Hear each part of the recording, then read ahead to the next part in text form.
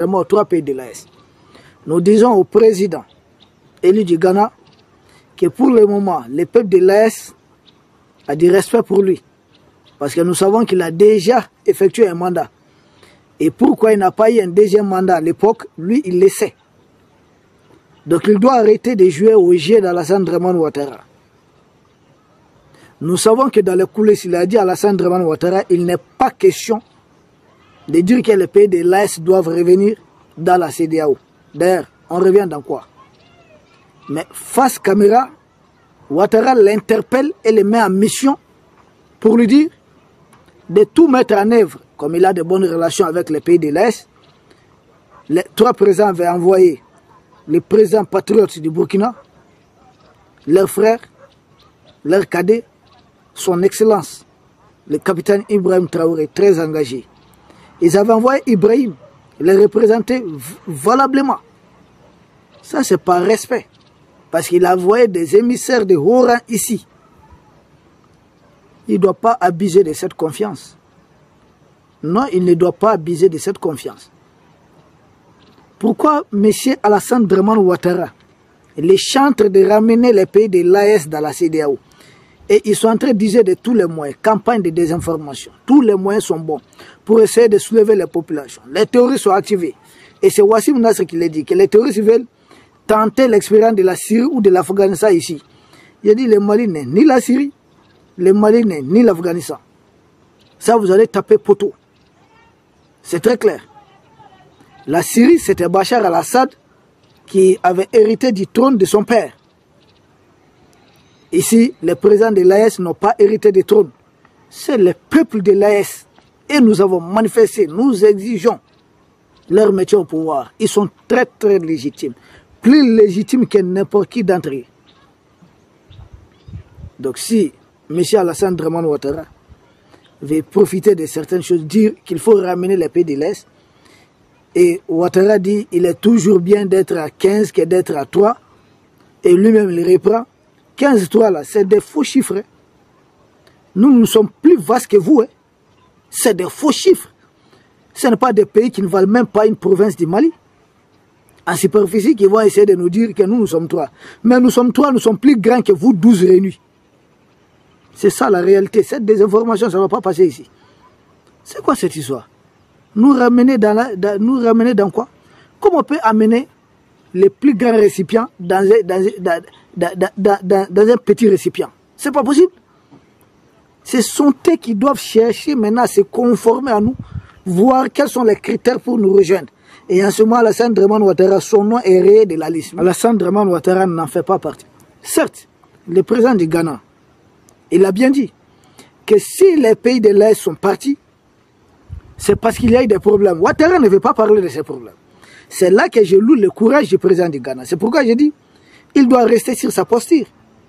Ce qui est dit dans les coulisses entre Ouattara et lui, ça ce sont nos renseignements qui font peut-être que nous avons accès à certaines informations, mais au-delà de cela, ce qui est dit publiquement, c'est ce que le public retient. Il a été catégorique. Et les problèmes qui ont fait que les pays de l'Est sont partis, est-ce que les Ouattara et autres là sont prêts à traiter les mêmes problèmes? On peut se retrouver dans une autre réunion qui n'est pas ça, qui n'est pas la CEDEAO. Mais à condition que les problèmes soient traités. Quel est le problème? Que la France ne mette plus sa bouche dans nos affaires, premièrement. Est-ce que Ouattara est prêt à cela? Non. Accepter cela, c'est son départ. Voici comment nous pouvons obtenir le départ de tous ces valets. C'est rien que les conditions posées vont les pousser à quitter, à partir. C'est simple. Vous dites que la France ne doit plus s'ingérer dans les affaires sous-régionales. Quels sont les présidents qui sont prêts à voter oui?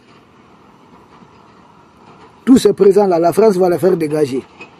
Et nous, on va les remplacer par des gens qui pensent comme nous. Est-ce les pays de l'Est aussi souverainistes? C'est des questions de souveraineté qui ont fait partie des pays de l'Est. Est-ce que la CEDEAO est prête à cela aujourd'hui? La réponse, évidemment, c'est non. Donc les conditions, les problèmes, en vouloir traiter les problèmes, les racines, c'est les raisons qui ont fait que les pays de l'Est sont partis.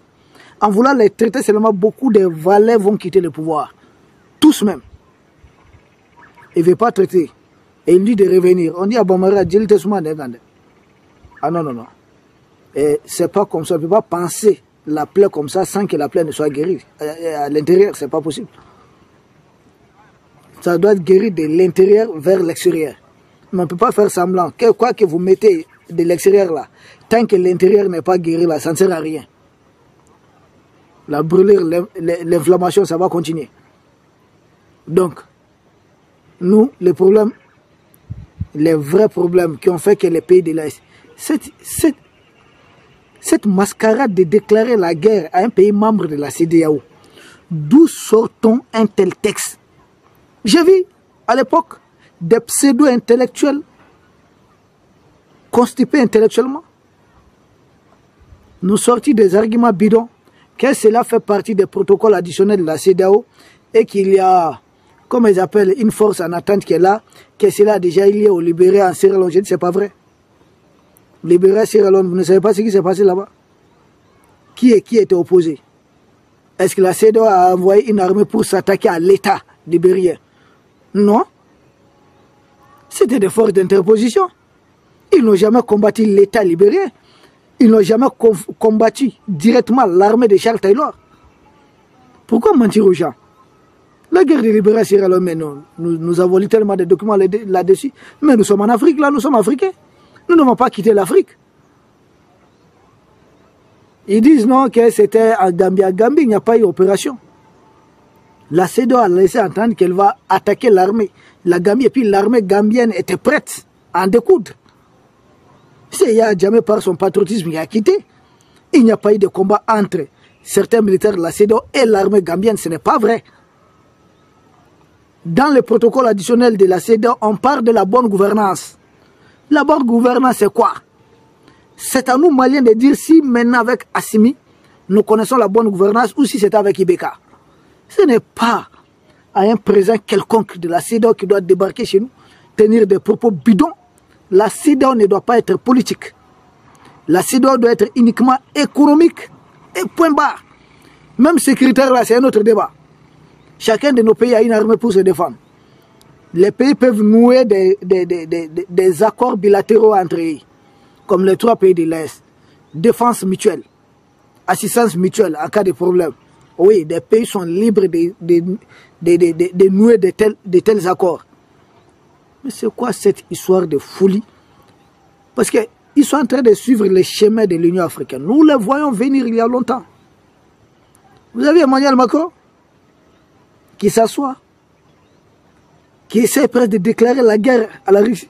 Il compte sur qui même? Sur les Africains. En tout cas, nous on n'est plus dedans. Nous on a quitté il y a longtemps. Il compte sur qui? Alassane Draman. Draman, toi tu vas aider Macron contre Poutine. Tu as bien réfléchi à ça. Si ce n'est pas Draman, il ne peut compter que sur Draman, Paul Biya, Denis Sassou Nguesso. Je ne vois que ces présents qui peuvent envoyer des hommes aider Emmanuel Macron. À part les 3 là, je ne vois pas un autre. Peut-être s'il y a un autre, aidez-nous. Fort Gnassingbé, il pourra le faire aussi. Ah, celui du Gabon. Celui du Gabon. Brice Oligui Nguema qui a été réussi en grande pompe un peu partout là. Parce que Emmanuel Macron, tout ce qu'il veut faire, je vais vous résumer ça en une seule minute. C'est vrai d'écouter, c'est bon, nous écoutons, il faut écouter leur analyse et autres, mais je vais vous résumer ça en une seule minute. Et ceux qui ont la possibilité, dites-leur que c'est de la part des Africains. Nous connaissons leurs problèmes, hein, mais nous sommes focalisés sur nos propres problèmes. Emmanuel Macron a un projet de faire de l'Union européenne un État fédéral. Face à cela, il faut prôner une Europe de la défense qui va amener une armée à l'Union européenne. La même chose que ces gens sont en train de vouloir faire avec leurs fameuses forces en attente. Une armée de la CEDEAO, maintenant à la solde des autorités politiques de la CEDEAO, qui sont chapeautées par un président d'une commission. En Union européenne aussi, vous allez voir, la dame, la présidente de la commission de l'Union européenne, elle a plus de pouvoir que n'importe quel chef d'État des pays européens. C'est moi qui vous l'ai dit. La dame, là, elle a sa bouche dans tout. C'est un peu les mêmes schémas qu'ils veulent reproduire. Emmanuel Macron, ouais, il faut C'est-à-dire l'arme nucléaire de la France, il faudrait européaniser le nucléaire français. Tout ça, c'est leur projet d'une armée européenne qui doit être maintenant à la solde des politiques européennes. C'est tout. Pas plus, pas moins. Toute cette menace, et pour cela, il faudrait présenter au peuple d'Europe une menace commune à toute l'Europe. Et cette menace, ils l'ont fabriquée de toutes pièces. C'est Poutine, c'est la Russie. C'est pourquoi Trump, en voulant mettre fin à la guerre, tant qu'ils n'ont pas atteint cet objectif. Parce qu'ils veulent utiliser cette situation en Ukraine pour atteindre cet objectif. Doter l'Europe d'une armée, déjà qu'ils ont une tendance politique, cette armée européenne qui prendra les dessus sur les armées de chaque État européen. C'est ça leur plan en fait.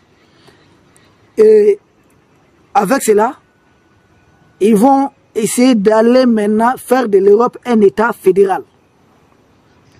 Et si l'Europe devient un État fédéral, avec la France qui imprime les CFA pour nous, comprenez l'essor, au lieu que nous autres nous aurons affaire à la France, seul peut-être militairement, nous aurons affaire à l'Europe dans son ensemble. Si Macron dit que la paix entre Poutine et Trump menace la sécurité d'Europe, nous aussi, Africains, nous devons nous dire que le projet d'Emmanuel Macron est une menace pour la sécurité de l'Afrique. Bref, on n'est pas un peu dans ça. J'ai profité juste pour ouvrir une parenthèse. Peut-être dans